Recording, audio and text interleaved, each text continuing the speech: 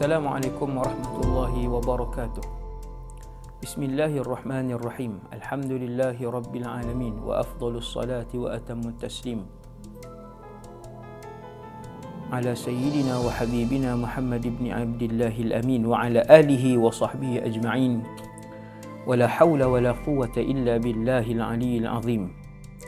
Wa ba'd. Alhamdulillah, sekali lagi bersyukur kepada Allah Subhanahu Wa Taala, pada semua para penonton, pendengar di luar sana. Selamat kembali ke rancangan kisah hidup akhir zaman. Para penonton sekalian, kita sampai pada episod ke-18. Kisah hidup akhir zaman membawakan kepada tuan-tuan tanda-tanda kecil kiamat yang disampaikan oleh baginda Rasulullah sallallahu alaihi wasallam. Habis tanda kecil yang 100 lebih, kita akan masuk kepada tanda besar kiamat. Kita akan bahas secara terperinci, insya-Allah, bi'aunin wa taufiqin min Allah jalla jalaluh. Tanda besar kiamat, habis tanda besar kiamat yang berjumlah berapa belas lebih kurang. Kita akan mendengar beberapa episod tentang suasana kiamat. Tuan-tuan, saya sampaikan dan hidangkan kepada tuan-tuan rancangan kisah hidup akhir zaman kerana daripada tanda-tanda kecil yang disenaraikan oleh baginda Rasulullah ini, lebih 50% telah pun berlaku, 60% telah berlaku, 70% tanda-tanda kecil ini telah berlaku, 80% tanda-tanda kecil ini telah pun berlaku, dan sebahagiannya telah dan sedang berlaku. Untuk episod yang ke-18,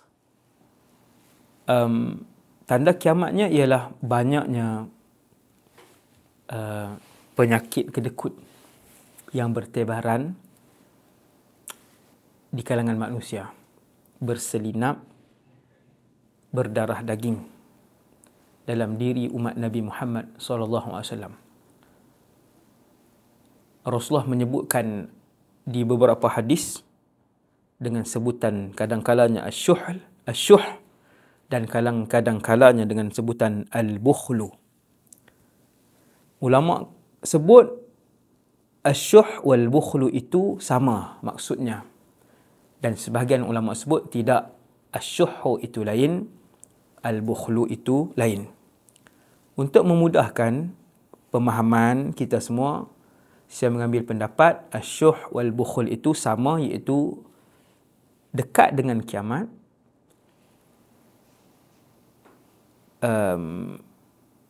Sifat buruk kedekut itu mula jadi banyak di dalam diri umat Rasulullah sallallahu alaihi wasallam. Sifat ini mula menjadi nak masuk, orang jadi kedekut. Orang jadi kedekut. Hadis daripada Abu Hurairah radhiyallahu anhu diriwayatkan oleh Imam At-Tabrani dalam Al-Awsat, min asyratis sa'ah an yadhhara asy-syuhhu. Nabi kata antara tanda kecil kiamat, antara tanda kiamat, kata Rasulullah, munculnya penyakit kedekut. Maksudnya, bila tuan-tuan tengok kedekut itu semakin banyak, itu menandakan bahawa kiamat itu semakin hampir. Nabi ajarkan kepada kita untuk berdoa kepada Allah. Satu hadis yang sahih, Allahumma inni a'udzubika minal hammi wal hazan wa a'udzubika minal ajzi wal kasal wa a'udzubika minal jubni wal bukhli wa a'udzubika min ghalabatid daini wa qahrir rijal. Berdoalah dengan doa ni. Dalam ayat yang ketiga, doa yang diajarkan oleh Rasulullah ni, tuan-tuan, Nabi sebut wa a'udzubika minal jubni wal bukhli.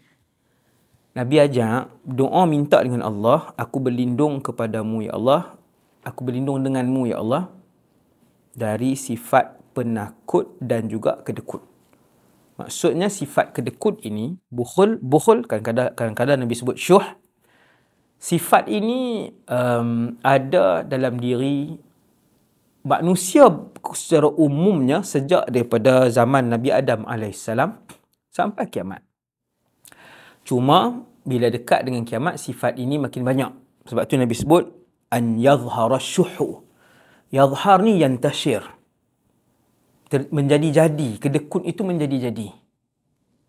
Sebab itu, tuan-tuan tengok, kita buat contoh di Malaysia lah. Sebab kita duduk di Malaysia ni. Graf kemiskinan ataupun jumlah orang miskin purata, kita tengok purata, kita tak boleh nak tengok bilangan orang miskin sebab bilangan populasi manusia bertambah.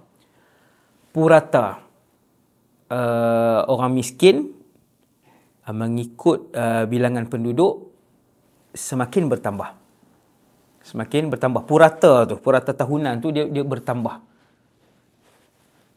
Kita boleh relate, baru ni saya baca laporan pendapatan bilioner di Malaysia secara keseluruhannya bertambah, tidak menurun. Pendapatan bilioner, bukan jutawan tau, bilioner di Malaysia secara keseluruhan bertambah. Kita tengok pula graf yang dikeluarkan Pejabat Zakat, Jabatan Kebajikan Masyarakat, bahawa purata isi rumah yang miskin itu bertambah. Orang kaya semakin kaya, yang miskin semakin ramai. Seandainya orang-orang kaya kesemuanya mengeluarkan zakat, maka tidak berbaki orang miskin. Tidak akan ada orang miskin. Maksudnya kuranglah, ataupun dengan bahasa lainnya, kata para ulama, akan berkurangan orang-orang miskin apabila kesemua orang kaya mengeluarkan zakat. Selain daripada Nabi ajak doa untuk kita jadi orang yang pemurah, sesiapa yang rasa diri dia pemurah tu bersyukurlah kepada Allah. Sebab dalam hidup kita kenal dia ni sangat pemurah, dia ni sangat kedekut. Untuk anak-anak dia kedekut, untuk isteri dia pun dia kedekut, bahkan kadang-kala untuk dirinya sendiri dia kedekut. Untuk tukar bajunya, untuk tukar kasutnya yang begitu rosak, yang lusuh, kasutnya yang orang kata tak sesuai dah untuk guna. Dia sangat kedekut. Jadi Nabi sebut satu amaran tentang sifat kedekut ni, kata Rasulullah. Tengok hadis ni hadis sahih.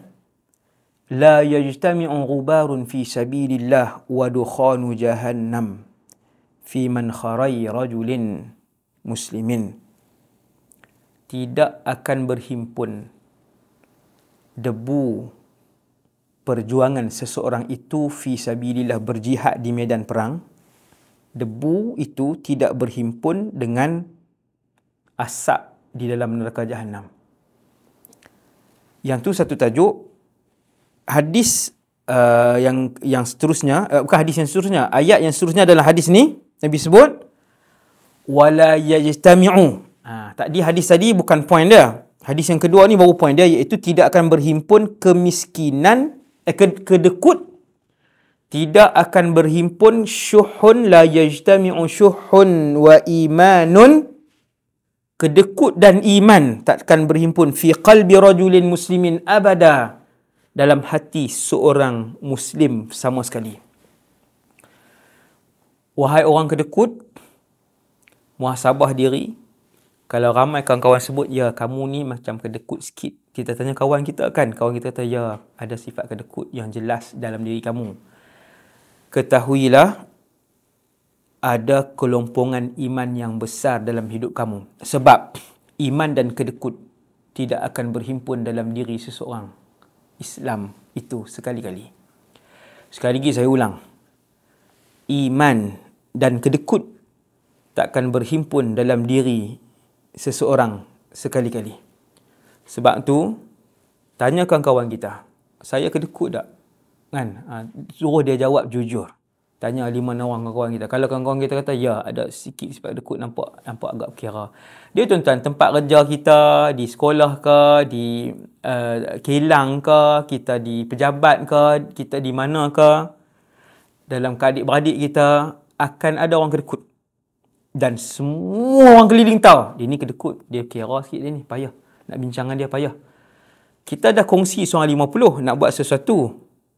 Bukan soal berjimat tau, tak mampu, bukan. Orang tahu takat RM50 tu, kebanyakan orang hari ni mampu, tapi dia ni bukan tak mampu, dia memang kedekut lah. Memang kedekut dengan gaji yang 3,500 dia tu. Semua orang gaji dengan yang di tempat tu, kita kata satu tempat tu semua gaji skala yang sama kan, lebih kurang. Kita minta 50 tu untuk benda yang penting, dia memang susah lah. Dia ni memang orang tahu dia kedekut. Tahu no? Siapa yang ada kawan-kawan mention, ramai kawan-kawan dia, adik-beradik dia bagi tahu dia kedekut, semua orang perasan, hati-hati, itu tanda kurang iman. Hati-hati, itu tanda iman penyakit. Betul. Iman berpenyakit. Tuan-tuan, ubah. Nak buang penyakit kedekut dalam diri, ubah, mula bersedekah.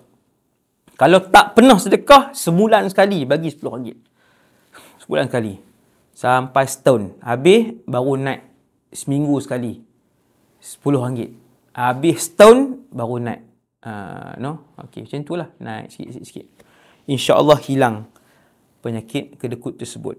Semoga Allah SWT melapangkan hati kita, ubah sifat kita jadi orang yang pemurah seperti Rasulullah sallallahu alaihi wasallam yang begitu berani apabila mensedekahkan duit dia, berani bahawa akan datang Allah akan ganti duit itu. What you give, you get it back. Apa yang kamu bagi, kamu akan dapat semula. Itu bukan saja peribahasa bangsa lain, ia juga adalah sunnatullah yang dipercayai oleh semua agama. Semua agama percaya. Jangan tunggu kaya untuk sedekah, tetapi bersedekahlah. Donate-lah. Bantulah sehingga kamu menjadi kaya.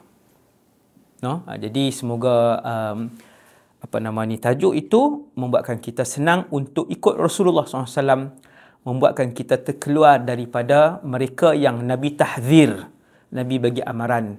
Jangan jadi orang kedekut, sebab orang kedekut tanda iman dia sakit. Wassalamualaikum warahmatullahi wabarakatuh. Perjalanan kehidupan manusia dalam menghadapi cabaran akhir zaman. Bagaimanakah manusia menempuhi kehidupan di akhir zaman? Akhir zaman penuh fitnah. Hanya iman dan takwa penyelamat ummah. Tanpa iman dan takwa yang utuh, manusia pasti gagal menempuhi kehidupan akhir zaman.